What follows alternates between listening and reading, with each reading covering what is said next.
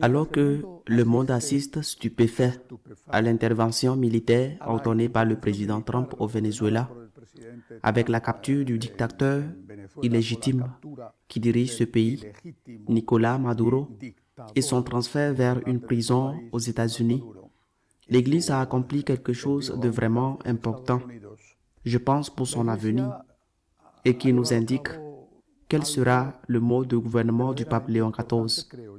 Je veux parler du consistoire de tous les cardinaux, tous invités, réunis à Rome. Ce consistoire qui s'est tenu les 7 et 8 était bien sûr prévu avant que Trump ne lance son action militaire, c'est-à-dire qu'il ne s'agit pas d'un débat sur la légitimité ou non de cette action, mais il est certain que les conversations des cardinaux ont abordé le thème de la guerre et la question de ce nouvel ordre mondial qui se développe, qui se met en place en ce moment même. La crainte d'une conflagration mondiale et les terribles conséquences que cela pourrait avoir. Mais le consistoire qui, je le répète, était prévu avant que cela ne se produise, s'est consacré à d'autres sujets. Il faut d'abord clarifier ce qu'est un consistoire. Un consistoire n'est pas la même chose qu'un conclave. Certains pourraient les confondre. Un conclave est la réunion des cardinaux électeurs pour élire le nouveau pape, tandis qu'un consistoire est la réunion des cardinaux.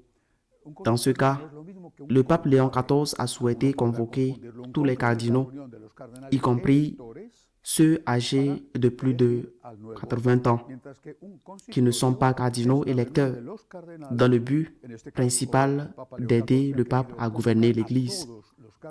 En d'autres paroles, l'objectif est que le pape écoute ce groupe de personnes qui constituent son Sénat particulier, c'est-à-dire ses conseillers spéciaux, les cardinaux. Les cardinaux ont pas seulement eux, mais eux en particulier, la mission de conseiller le pape dans le gouvernement de l'Église. Cette réunion des cardinaux en consistoire pendant le pontificat précédent n'a eu lieu qu'une seule fois, au début, où le pape François a entendu des choses qui ne lui plaisaient pas sur le thème de la famille, puis une fois à la fin.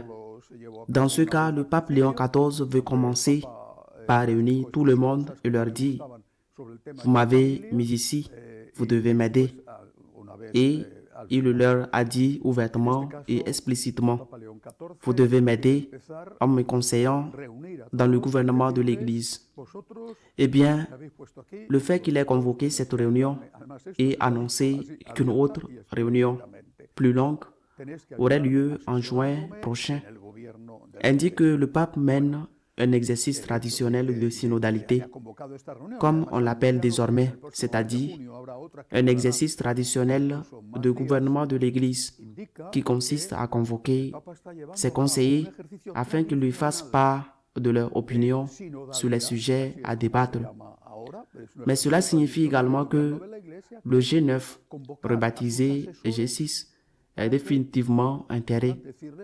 Il s'agissait d'un groupe de cardinaux choisis par le pape François pour le conseiller dans la gouvernance de l'Église, mais qui étaient des cardinaux choisis par lui parmi l'ensemble des cardinaux qui pensaient comme lui ou de manière similaire, afin qu'ils lui disent probablement ce qu'il voulait entendre. C'est fini. Le pape Léon XIV commence à gouverner l'Église d'une autre manière et tourne la page. Désormais, ce sont tous les cardinaux, je le répète, tous, y compris les traditionalistes et les libéraux, qui se réunissent pour conseiller le pape, et le pape est avec eux pour les écouter. Ensuite, c'est bien sûr le pape qui prendra ses propres décisions. Cet exercice de synodalité est un véritable exercice traditionnel. Je tiens à insister sur ce point. C'est pourquoi, lors de cette réunion, à laquelle ont participé 190 cardinaux qui se sont réunis en table ronde, comme au synode, en petits groupes, qui ont eu très peu de temps pour s'exprimer en public, car Ils ont passé la majeure partie du temps à discuter entre eux. Cela a été très bref, un jour et demi. C'est pourquoi lors de cette réunion, il a finalement été décidé de choisir deux thèmes, la synodalité elle-même et la mission évangélisatrice. Mais l'exercice du synode du consistoire, en tant que réunion destinée à conseiller le pape, est un véritable et parfait exercice de synodalité. Et je pense qu'il faut insister sur ce point. Nous ne devons pas avoir peur de la synodalité, comprise de manière correcte. La synodalité, en tant qu'écoute, est une partie constitutive de la manière de gouverner l'Église. La synodalité appliquée aux conseils pastoraux, aux conseils presbytéraux ou épiscopaux, ou au synode des évêques lui-même, est une forme légitime de gouvernement de l'Église. Il en a toujours été ainsi. Et il doit en être de même pour le Christ lui-même. Il a fait. Quand il demande à ses apôtres, par exemple, « Qui les gens disent-ils que je suis? Et vous, qui dites-vous que je suis ?» En d'autres paroles, Jésus veut entendre l'opinion du peuple et celle de ses apôtres. Écouter n'est pas une mauvaise chose. L'écoute est indispensable dans le gouvernement de l'Église à tous les niveaux. Mais une chose est l'écoute, c'est-à-dire un organisme consultatif, et une autre chose est que l'organisme soit délibératif, où tous les participants ont le droit de vote. Une chose est le droit de parler, une autre chose est le droit de voter. C'est pourquoi ce qui s'est passé est très important dans l'ordre où cela s'est produit.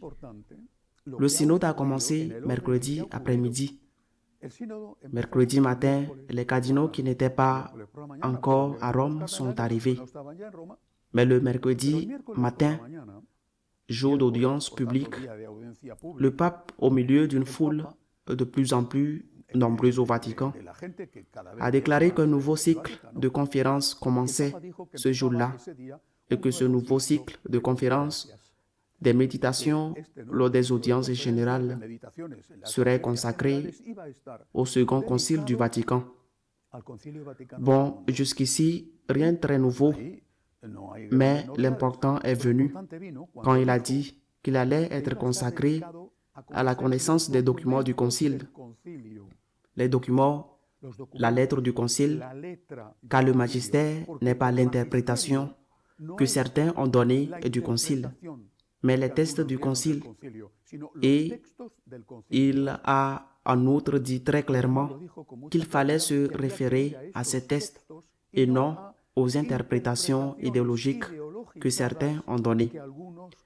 Ces interprétations idéologiques sont ce qu'on a appelé l'esprit du Concile, qui est une manipulation du Second Concile du Vatican, faite par ces libéraux progressistes qui n'ont pas réussi à faire plier Saint Paul VI, qui avait averti que le Concile pouvait approuver ce qu'il voulait, mais qu'il ne signerait pas s'il n'était pas d'accord. Ils ont dû céder à contre-cœur, puis ils ont mis en œuvre l'esprit du Concile en disant au Concile que cela était insuffisant, qu'en réalité cela n'aurait pas dû être dit, ou qu'en réalité cela signifiait autre chose. Et c'est l'application de cet esprit du Concile qui s'est faite dans de nombreux cas de manière dictatoriale, qui est la cause non seulement du rejet du Concile par beaucoup. Il ne faut pas oublier que Monseigneur Lefebvre, qui a participé au Concile, a approuvé les textes du Concile et que le schisme qu'il provoque a lieu des années après la fin du Concile Vatican II, motivé précisément par cette interprétation du Concile, par cette application du Concile fondée sur l'esprit évanescent du Concile, car il n'a jamais été écrit. Et c'est ce qui a conduit Saint Paul VI a dit dans une homélie célèbre prononcée précisément le jour de la fête de Saint Paul à Rome que la fumée de l'enfer était entré dans l'Église. Le fait que le pape Léon dise qu'il va étudier la lettre du concile, les documents, et non, il a dit littéralement non. L'interprétation idéologique de ceux-ci est une revendication du pape Benoît XVI.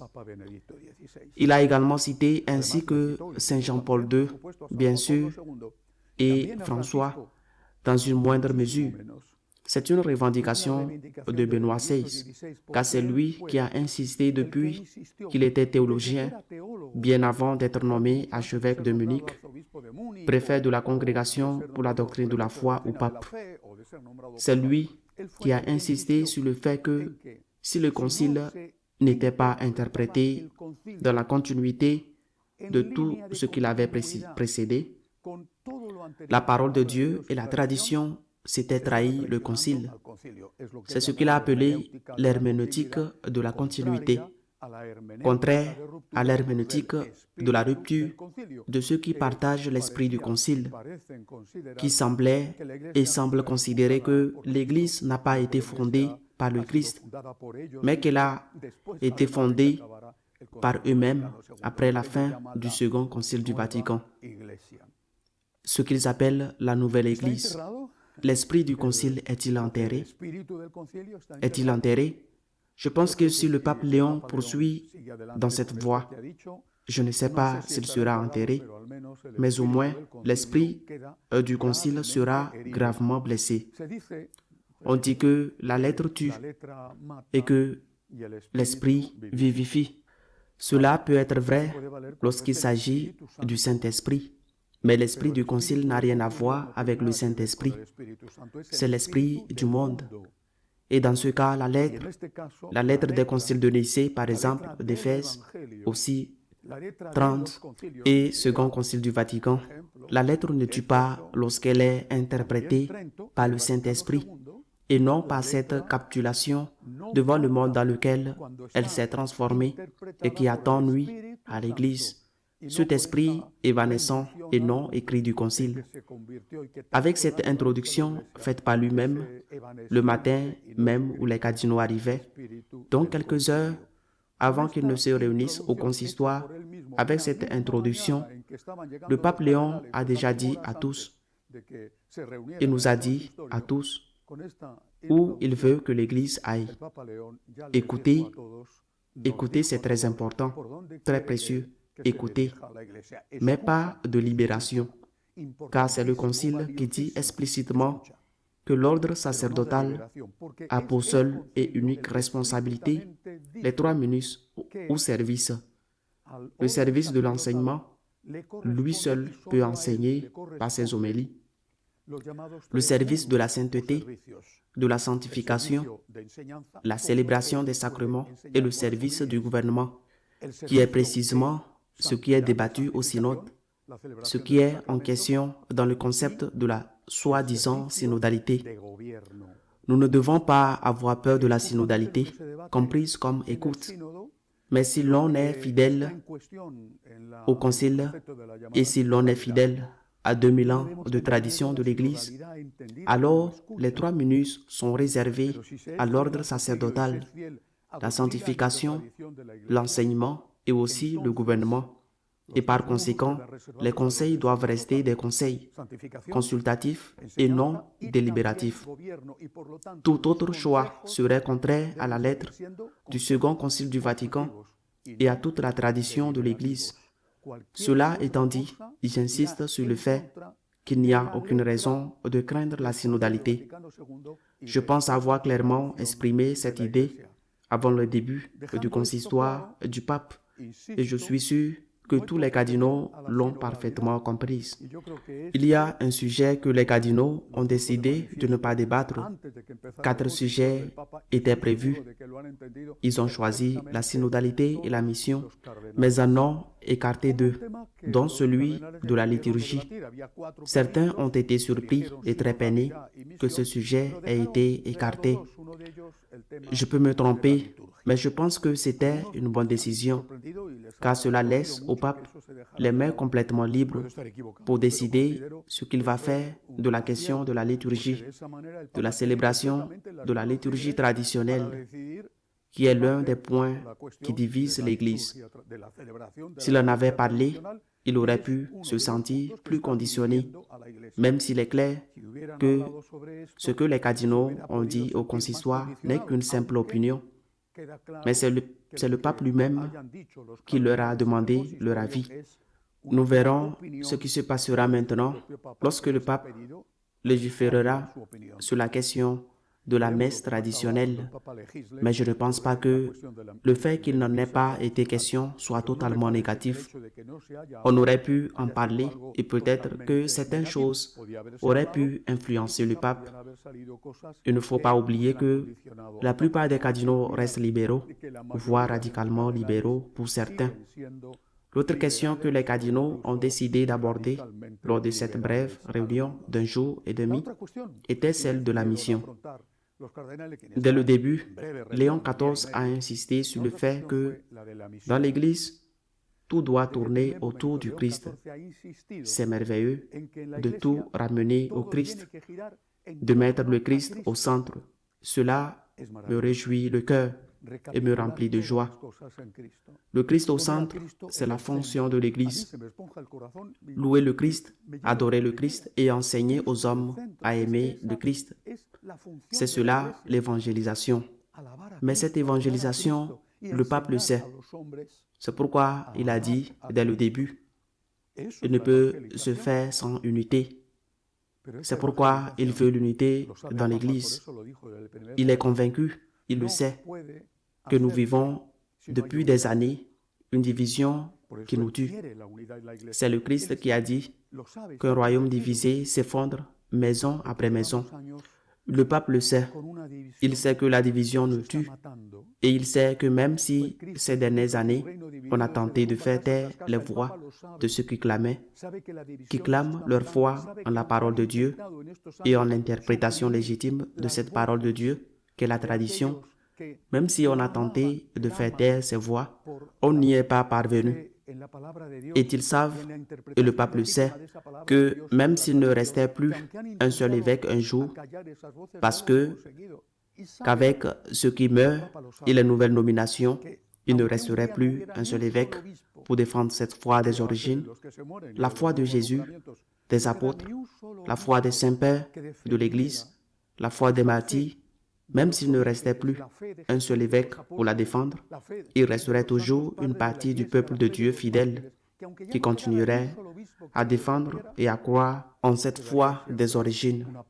Et donc, si quelque chose a été appris au cours de ces années, c'est que ceux qui sont fidèles à la tradition ne vont pas disparaître.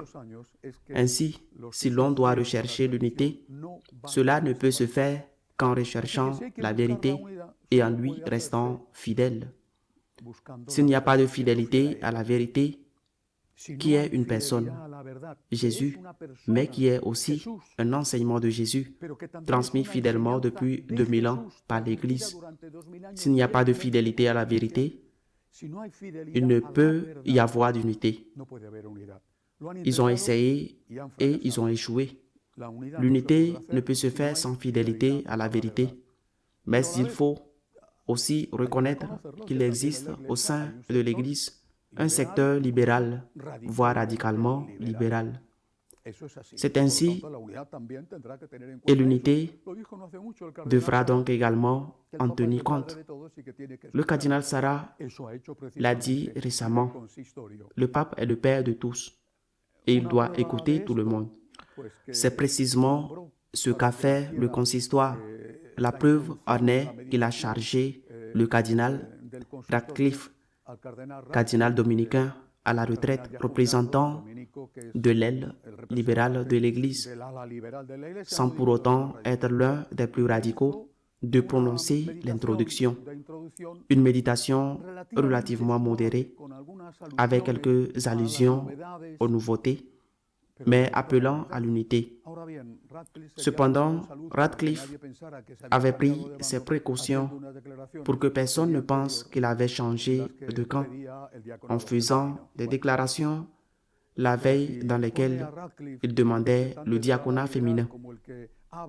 Bon, mais s'il nomme Radcliffe représentant de l'aile libérale, Pour ouvrir les méditations du consistoire, le matin même, il a reçu en audience le cardinal Zen, retraité de Hong Kong, qui est un représentant de l'aile traditionnelle et qui avait supplié pendant des années d'être reçu par le pape François, lequel lui avait refusé l'audience, alors même qu'il est un cardinal âgé de 91 ans et malade. Il arrive à Rome pour participer au consistoire et la première chose que fait le pape Léon est de le recevoir. Certains pourraient penser que c'est une concession, Radcliffe et une autre Zen. C'est possible, mais le pape doit rechercher l'unité avec tous. Cette unité, j'insiste, ne pourra être atteinte sans fidélité à la vérité. Dieu veille que le pape ne l'oublie pas. Et je suis sûr que c'est son objectif et que le Saint-Esprit l'aidera à l'atteindre. L'esprit du concile est le plus grand ennemi du second concile du Vatican. Si cet esprit disparaît et que l'on lit véritablement la lettre du concile, les documents comme le souhaitait le pape Benoît XVI, dans la continuité de 1000 ans de l'histoire, il y aura unité et l'Église s'engagera sur une voie d'évangélisation qui sera extraordinairement fructueuse après tant d'années de souffrance. Nous prions pour le pape, nous prions pour la paix dans le monde, nous prions pour que tous les prisonniers du Venezuela soient libérés et pas seulement un groupe. Nous prions pour que les dictatures prennent fin. Nous prions le Seigneur pour notre chère Église. À la semaine prochaine, si Dieu le veut.